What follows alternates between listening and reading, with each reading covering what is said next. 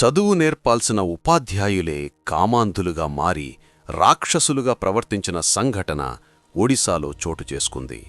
ఒడిశా రాష్ట్రం కేంద్రపారా జిల్లాలోని ఒక ప్రైవేట్ ఇంగ్లీష్ మీడియం స్కూల్ ఏకంగా అకృత్యాలకు అడ్డాగా మారింది. అదే స్కూల్లో 7వ తరగతి చదువుతున్న మైనర్ బాలికపై 4 టీచర్లు ఒక ప్యూన్ కలిసి ఏకంగా ఏడాది కాలంగా సామూహిక అఘాయిత్యానికి పాల్పడిన దారుణం వెలుగులోకొచ్చింది. బయటకు చెబితే చంపేస్తామని బెదిరించడంతో ఆ బాలిక తీవ్ర నరకం అనుభవించింది.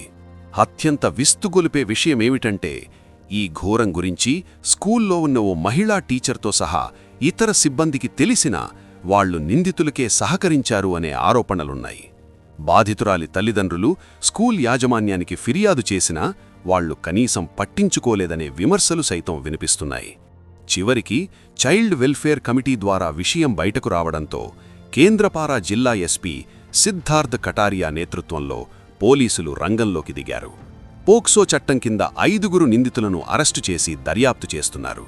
విద్యా బుద్ధులు చెప్పి తీర్చిదిద్దాల్సిన విద్యాసంస్థలోనే ఇలా జరగడంపై స్థానికులు తీవ్ర ఆగ్రహం వ్యక్తం చేస్తున్నారు.